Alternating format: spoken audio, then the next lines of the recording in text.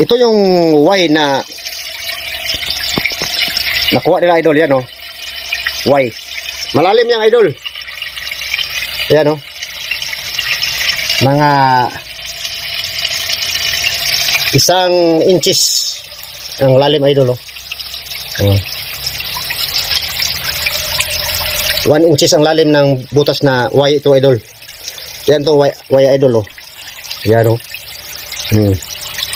Nakabaliktad na Y idol. Dito ako nakatayo sa nakabaliktad na Y na pa ako idol. Dito. Ngayon idol, itong Y na ito yung doorway. Parang B din ito idol eh. Doorway to.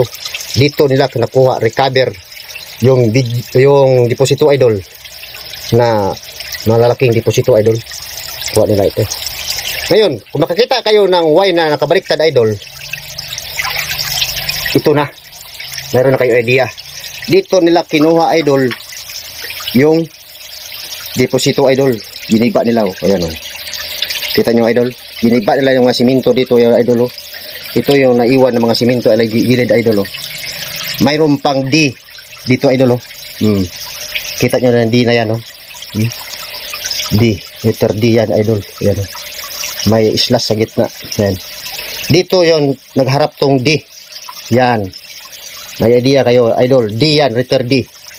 Ngayon, sabi na nagbasa sa akin na hindi ako marunong daw magbasa ng mga sign, idol. Mayroon akong idea, idol, paano yan nabasahin ng letter D yan, idol. Dito yan, kinuha yan. O no? Dito nakuha yung sa harapan mismo. Yung deposito. Yan. Yung siminto, ito na iwan to siminto ito idol. Yan pa. Yan na iwan to. Mga ginibaan nila yan idol. Yan o. Yan, siminto na yan. Iwan yan idol. Kita mo idol? Sa gilid pa niya idol o. Mayroon pang letter K. Yan, letter K. Saan nakaharap yung letter K idol? Nakuha niya ito. Nagiba nila ng siminto idol dito.